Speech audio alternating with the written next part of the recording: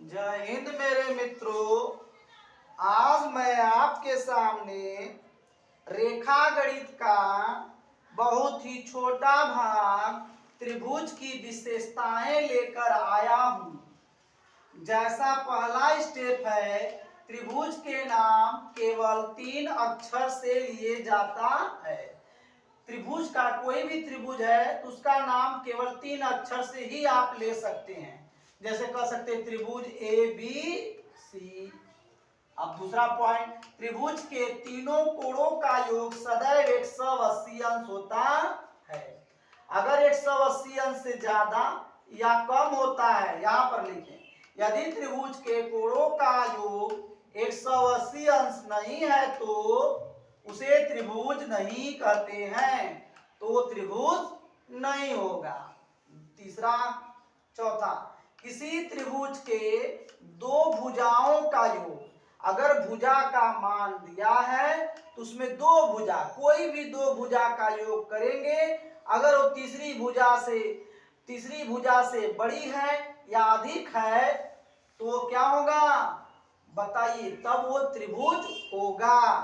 अगर जैसे एग्जाम्पल के तौर पर मैं आपको बताना चाहूंगा, जैसे देखिए, मान लीजिए हम एक त्रिभुज बना दिए, यहाँ दे दिए 6 और यहाँ दे दिए आपके 3 और इसको हमने दे दिया 10।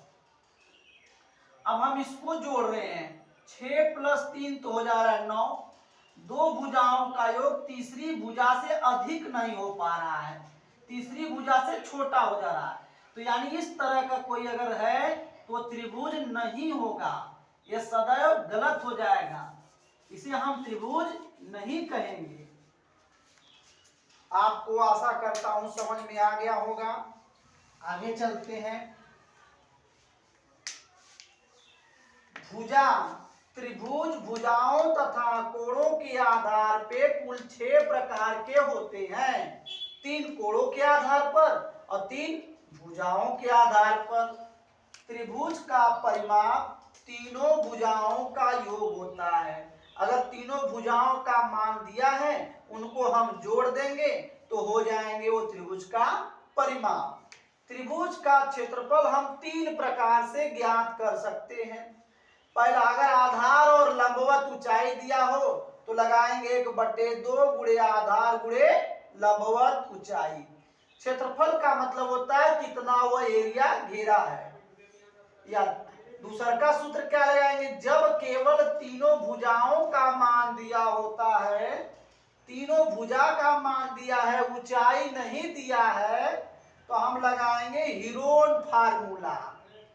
अर्ध परिमाप यस बराबर a + d + c पूरे के बटे 2, ये अर्ध परिमाप। फिर उसके बाद कौन सा सूत्र लगाएंगे, त्रिभुज का क्षेत्रफल ज्ञात करने के लिए लिखेंगे कोरड़ी में यस छोटा ब्रैकेट यस माइनस ए, फिर छोटा ब्रैकेट यस माइनस बी, फिर छोटा ब्रैकेट यस माइनस सी। इस सूत्र पे रखकर और आप वर्गमूल निकाल लेंगे, त्रिभुज का क्षेत्रफल आ जाएगा। जब मान लीजिए तीनों भुजाएं न दिया हो, केवल बिंदु दिया हो, यदि 3 बिंदुओं के निर्देशांक दिया हो तो केवल 3 निर्देशांक दिया है, निर्देशांक कुछ भी दिया है, जैसे यहाँ पर देखिए हमने 3 निर्देशांक लिए, x1 y1, x2 y2, x3 y3।